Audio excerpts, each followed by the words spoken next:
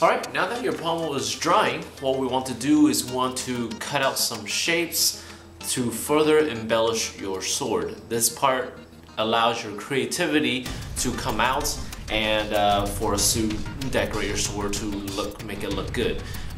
What I'm going to do is I'm going to go ahead and cut out a few shapes here out of the fun foam, which we mentioned earlier. I'm going to cut out a shape like this, look kind of like a sunburst, and another one that looks like this.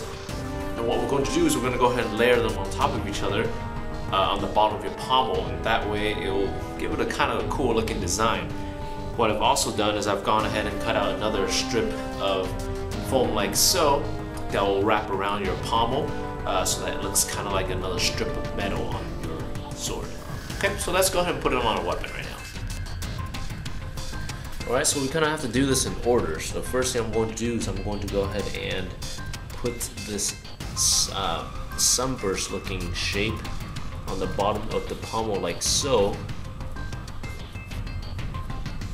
So you want to think about how you want to color your weapon. So this is about the very bottom of it, and then we're going to use the strip that I cut out and put it on the middle, so it looks like a strip of metal that we hammered onto your weapon.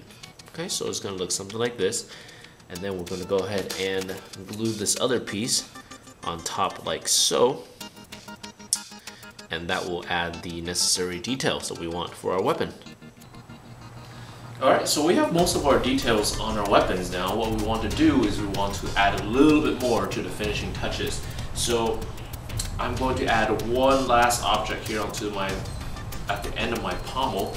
I'm going to add a little bit of foam to kind of cap off the bottom part. Okay, so now we want to add, and again, this technique is all optional. You don't have to do any of this. This is just for embellishing your weapon. So what I'm going to do is I have a sheet of fun foam that I was working on earlier, and what I'm actually going to do is I'm going to get a regular hole punch, and I'm going to go ahead and punch some holes. I'll punch 4 different holes on the fun foam,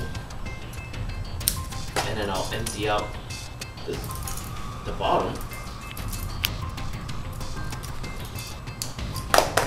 And what this is a small piece of little foam that you can attach onto your strip like so. Think of it kind of like a nail or a screw that is attaching this metal strip to your pommel.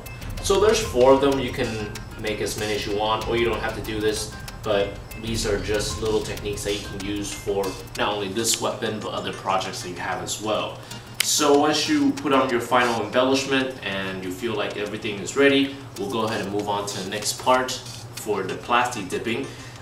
Just remember that after you attach your final object, allow about 2 days, so 48 hours, for your glue to dry completely before starting the Plastidip.